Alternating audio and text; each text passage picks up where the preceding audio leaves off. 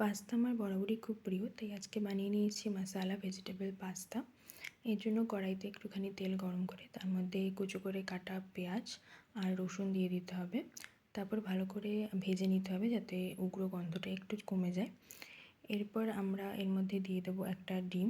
আপনারা চাইলে একের বেশিও দিতে পারেন, অ্যাজ পার দ্য কোয়ান্টিটি। আমি একটাই দিয়েছিলাম। এরপর ডিমটাকে ভালো করে পেঁয়াজ আর রসুনের সাথে মিশিয়ে ভালো করে ভেজে নিতে হবে।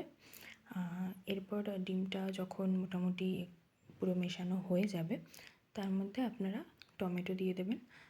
কেউ চাইলে অন্যান্য সবজিও দিতে পারে, গাজর, beans, broccoli, as per your choice. আমি শুধু টমেটো আর পেঁয়াজ দিয়েই আজকে করেছি। এরপর ভালো করে টমেটোটা যখন গলে আসবে, তখন এর মধ্যে আপনারা একটু হলুদ দিয়ে দিতে পারেন। আপনারা চাইলে এখন একটু নুন দিয়ে দিতে পারেন, আমি পরেই দিয়েছিলাম।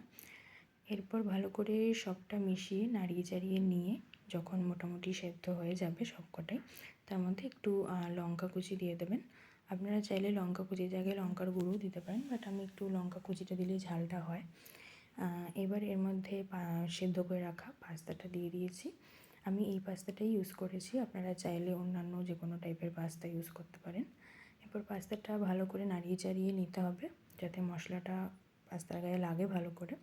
এরপর আগের দিনের পিৎজা কিনেছিলাম, তার অরিগ্যানো বেঁচেছিল, ওটা দিয়ে দিয়েছি।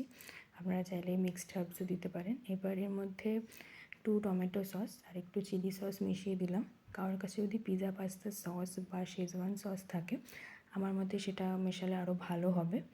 এরপর ভালো করে সসটা মিশিয়ে নিলে এরপর এর মধ্যে একটু নুন এই সময় আর একটু চিনি দিয়ে দেবেন আপনার স্বাদ মতো।